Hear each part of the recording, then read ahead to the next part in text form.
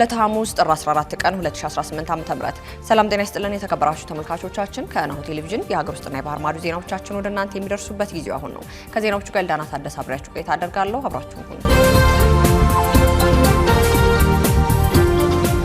ቀደም ወዳደረግነው የሀገር ውስጥ መረጃችን እናልፋለን። ኢትዮጵያ ለመጀመሪያ ጊዜ ከቻይና ውጭ የሚካሄደውን ግዙፍ ዓለም አቀፍ የኢንተርኔት ኮንፈረንስ ለማዘጋጀት ዝግጅት እያደረገች መሆኑ ተሰምቷል። ኢትዮጵያ ለመጀመሪያ ጊዜ ከቻይና ውጭ የሚደረገውን ግዙፍ የዓለም አቀፍ የኢንተርኔት ኮንፈረንስ በአዲስ አበባ ለማዘጋጀት ዝግጅት እያደረገች መሆኑም ተገልጿል። የኢኖቬሽንና ቴክኖሎጂ ሚኒስቴር ዶክተር በለጠ ሞላ የዓለም አቀፍ የኢንተርኔት ኮንፈረንስ ምክትል ዋና ጸሐፊ ሚስቴር ሌና ሃኒንግ በጽህፈት ቤታቸው ተቀብለው በዓለም አቀፉ የኢንተርኔት ኮንፈረንስ ዙሪያ መምከራቸውም ተሰምቷል። ምክክሩ በመጪው 2019 ዓ.ም መስከረም ወር ላይ በአዲስ አበባ የሚካሄድ ሲሆን ዓለም አቀፍ የኢንተርኔት ኮንፈረንስ በስኬት እንዲጠናቀቅ የሚያስችል የቅድመ ዝግጅት ስራዎችንና ሂደቶቻቸው ላይ ያተኮረ እንደነበረም ተጠቁሟል። የኢኖቬሽንና ቴክኖሎጂ ሚኒስቴር ዶክተር በለጠ ሞላ ኢትዮጵያ በርካታ ዓለም አቀፍ ሁነቶችን በብቃት የማስተናገድ ልምድ ያላት በመሆኑ ይህንንም ተጨማሪ እድል ተጠቅማ ለኮንፈረንሱ ስኬታማነት አስፈላጊውን ዝግጅት ሁሉ እንደምታደርግም አረጋግጠዋል። ለኮንፈረንሱ ስኬት ሚኒስቴር መስሪያ ቤቱ ከሁሉም ባለድርሻ አካላት ጋር በቅንጅት እንደሚሰራም የገለጹት ሚኒስቴሩ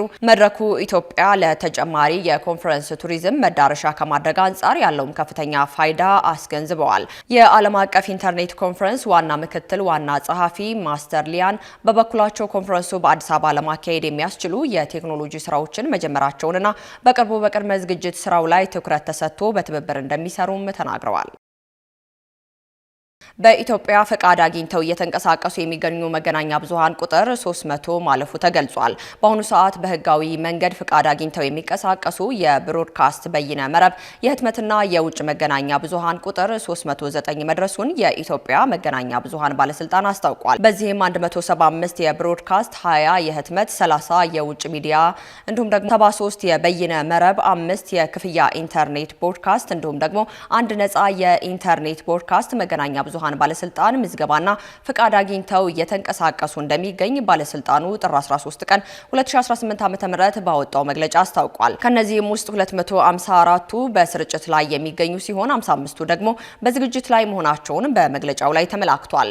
በባለስልጣኑ ባለፉት 6 ወራትም ለ39 የመገናኛ ብዙሃን ፍቃድና ክትትል ዘርፉን የፈቀደውንና እንዲሁም የብቃት ማረጋገጫ ሰርቲፊኬት አገልግሎት መስጠቱንም ጠቁሟል። መግለጫው አክለውም ኢትዮጵያ መገናኛ ብዙሃን ባለስልጣን ባለፉት ዓመታት የዘርፉን እድገት ለማፋጣን ባካሄደው የህግና የአሰራር ለውጥ መገናኛ ብዙሃን በቁጥጥር በአይነት እንዲሁም በተደራሽነት እድገት እያስመዘገበ እንደሆነም አመላክተዋል። በተጨማሪም በቅርብ ዓመታት በተደረገው የሚዲያ ምህዳር ማሻሻያ መገናኛ ብዙሃን ለህዝብ መረጃ የማግኘት መብትና ብዙ መገናኛ ብዙሃኖችን በበጎ ተጽዕኖ መፍጠር እንዲችሉ በኢትዮጵያ ሚዲያ ልህቀት ማዕከል አማካኝነት ለጋዜጠኞች እየተደረገ ያለው ፕሮፌሽናል ስልጠና ስራ አንዱ ማሳያ መሆኑም ተገልጿል። ባለስልጣኑ ይህንን ይበል እንጂ በሀገሪቱ የህትመት ሆነ የቴሌቪዥን መገናኛ ብዙሃን እየተዘጉና ሰራተኞቻቸው እየተበተኑ መሆናቸውም ይታወቃል።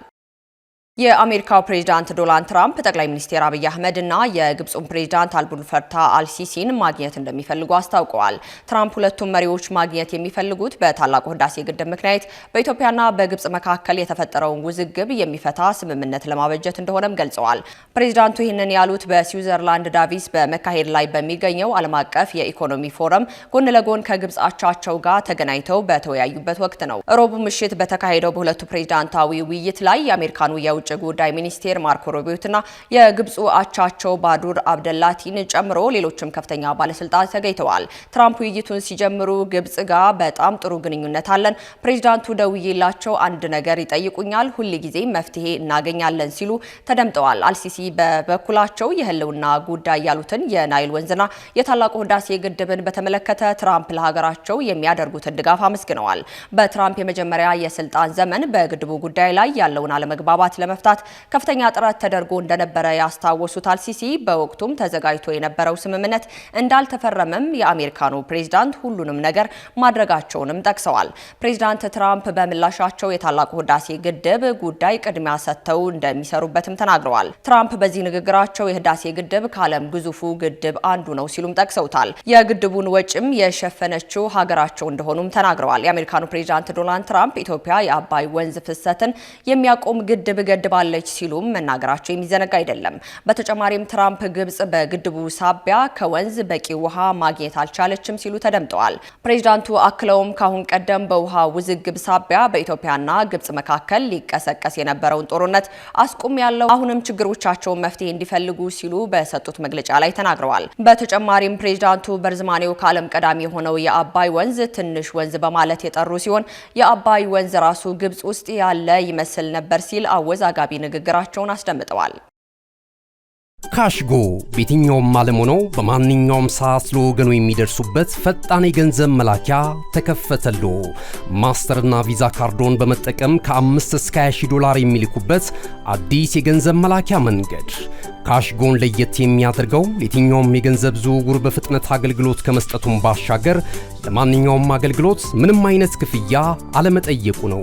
በሀገራችን ታሪክ ገንዘብን ከውጪ ወደ ሀገር ቤት በማስተላለፍ በመተግበሪያ መልክ አገልግሎት መስጠት የጀመረው የመጀመሪያው ሀገር በቀል የገንዘብ መላኪያ ዘዴ ካሽጎ ከ4500 በላይ ባሉ የባንክ ቅርንጫፎች አገልግሎት እየሰጠ ይገኛል።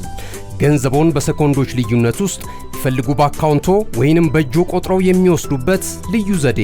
በቅርቡ ሁሉንም ኢትዮጵያዊ ባለቤት ለማድረግ ጉዞ የጀመረው ካሽጎ ዛሬውኑ መተግበሪያውን በስልኮ ላይ በመጫን የአገልግሎቱ ተጠቃሚ ሆኑ። ፍጥነት መለያችን፣ ኢትዮጵያን መክፈቻችን፣ ካሽጎ ነው መላኪያችን። ካሽጎ የአዲሱ ትውልድ ብራንድ። እነሆ የምስራች! የ10 አየር መንገድ የበረራ ትኬት ለውድ ደንበኞቹ በተቀላጠፈና አስተማማኝ በሆነ መንገድ እያቀረበ ያለው።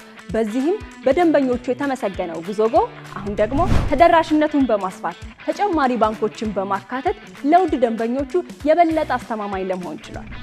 የጉዞጎን አፕሊኬሽን ከአፕ ስቶር ወይም ከፕላይ ስቶር በማውረድ የመነሻና የመድረሻ ከተማዎትን መርጠው ዋጋ አወዳድረው የሀገር ውስጥም ሆነ ዓለም አቀፍ በረራ ማድረግ ካሰቡ የበረራ ትኬቶን ክፍያ በአቅራቢያው በሚገኙ ባንኮች አንድም በአካል በመሄድ ወይም በኦንላይን የክፍያ አማራጮች ክፍያዎትን በመፈጸም የበረራ ትኬቶን በእጅ ያስገቡ።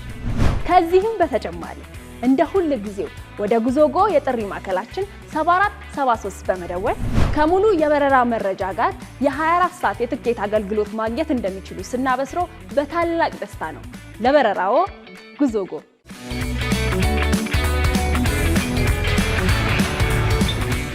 ቀጥለናል። ከውጭ ወዳገኘናቸው መረጃዎቻችን እናልፋለን። የኡጋንዳው የተቃዋሚ ፓርቲ መሪ ባቢ ዋኒ ምርጫ ስለመጭበርበሩ መረጃ እንዳላቸው ገለጹ። በአንዳንድ የሀገሪቱ ክፍሎች በተከሰተው ሁከትና አጨቃጫቂ የነበረው የፕሬዝዳንታዊ ምርጫ እንዲሁም ደግሞ የምክር ቤቱ ምርጫ በሚሊዮን የሚቆጠሩ ሰዎች ድምጽ ከሰጡ በኋላ አብዛኛው የኡጋንዳ ሕዝብ ወደ መደበኛ ኑሮ ተመልሷል ተብሏል። በዚህም የ81 ዓመቱ ፕሬዝዳንት ሙሴቬኒ 72 በመቶ ድምጽ በማግኘት አሸናፊ መሆናቸውን ቅዳሜ ዕለት በይፋ አውጀዋል። በዚህ ፕሬዝዳንታዊ ምርጫ ባቢ ዋኒ በመባል የሚታወቁት የቀድሞ ሙዚቀኛና የአሁኑ ተቃዋሚ ፓርቲ የሆኑት 25 በመቶ ድምጽ ብቻ አግኝተዋልም ነው የተባለው። ባቢ ዋኒ ብሔራዊ አንድነት መድረክ ፓርቲና ሌሎች ሁለት ፕሬዝዳንታዊ እጩዎችን በድምጽ መስጫ ወቅት ማስፈራራትና የፓርቲው ተወካዮች ከምርጫ ጣቢያ መከልከላቸውን ጨምሮ ህጋዊ ጥሰቶችን በመግለጽ ውጤቱን ውድቅ አድርገዋል። የተባበሩት መንግስታት ድርጅት በበኩሉ በኡጋንዳ የተካሄደው ምርጫ በርካታ ጭቅጭቅና ማስፈራራት የተወጠረ ነበር ሲልም ከሷል። ሌሎች ተቃዋሚዎችን በተመሳሳይ መንግስትን የተቃወሙ ሲሆን በኃይል ለማፈን ኢንተርኔት በመዝጋትና ተቃዋሚዎችን በማሰር ላይ ተጠምደዋል ሲሉም ከልሰዋል። ምርጫውን እንዳሸነፉ የተነገረላቸው ፕሬዝዳንት ሙሴቬኒ በበኩላቸው ባቢ ዋኒ ፓርቲው ሀገራቸውን ለማተራመስ እየሞከረ ነው ሲሉም ከሰዋል።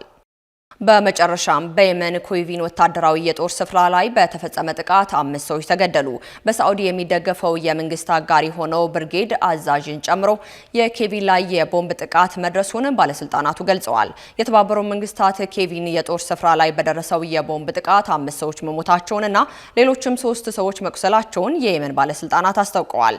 የየመን ፕሬዝዳንት አመራር ምክር ቤት መንግስት በመገናኛ ብዙሃን በሰጠው መግለጫ ሮብ ዕለት የተፈጸመው ጥቃት የመንግስት ደጋፊ ብርጌድ አዛዥ ሐምዳን ሻኪ ላይ የጫነ ኬቪን ላይ ያነጣጠረ ነው ብሎታል። የቦምብ ጥቃቱ በሳውዲ አረቢያ ደጋፊ ተጨባጭ እድገት እየተከናወነ ባለበት በዚህ ወቅት የሀገሪቱን የጸጥታ ሁኔታ ለማረጋጋት የሚደረገውን ጥረት ለማደናቀፍ የተደረገ ተስፋ አስቆራጭ ሙከራ ሲሉ በሳውዲ የሚደገፈው ምክር ቤት አክሎ ገልጿል።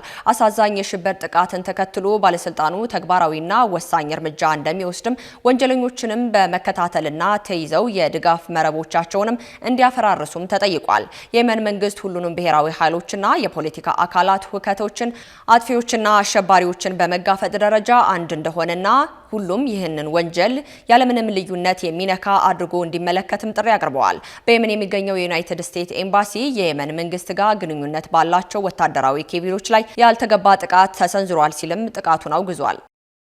ዱብ ከአሸዋማው ሜዳ ላይ ባዶ እግር ከአሸዋ ይወዳጃል። እዚህ ስፍራ ከአልጋው ላይ ገደም፣ ከኳሱ ጋር ትግል፣ ከዥዋዥዌው ጋር ጩኸት፣ ጀልባ ይጎተታል። ቤተሰብ ታንኳ ይዞ ወደዛ ይከንፋል። እናቶች ይደመማሉ።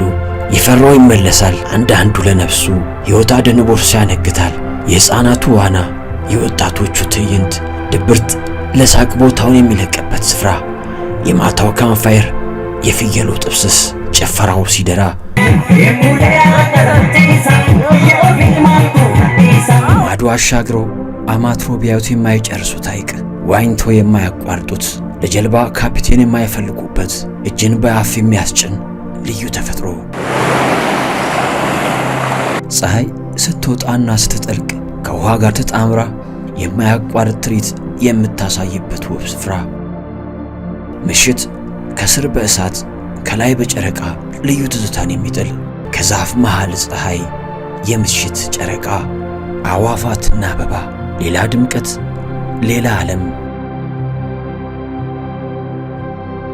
ሰማይ እንደ እስስት መልኩን የሚቀያየርበት የላንጋኖ ሰማይ ብዙዎች በብዙ ያዜሙለት ያኔዎቹ ቀጠሯቸውን በላንጋኖ አድርገህ ግባ ሻሸመኔ ተባብለው ተቀጣጥረውበታል። የስፍራውን ብርቅ መሆን ሲገልጹ ላንጋኖ ሄጄ ብለው አዜመውለታል።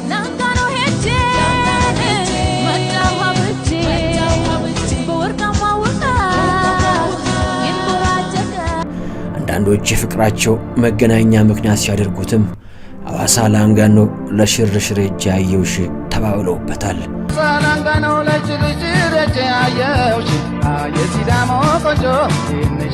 ይህ በወርቃማው የላንጋኖ ሐይቅ ላይ ተንጣልለው የነጩ ቤተ መንግሥት ውስጥ ትዕይንት ነው።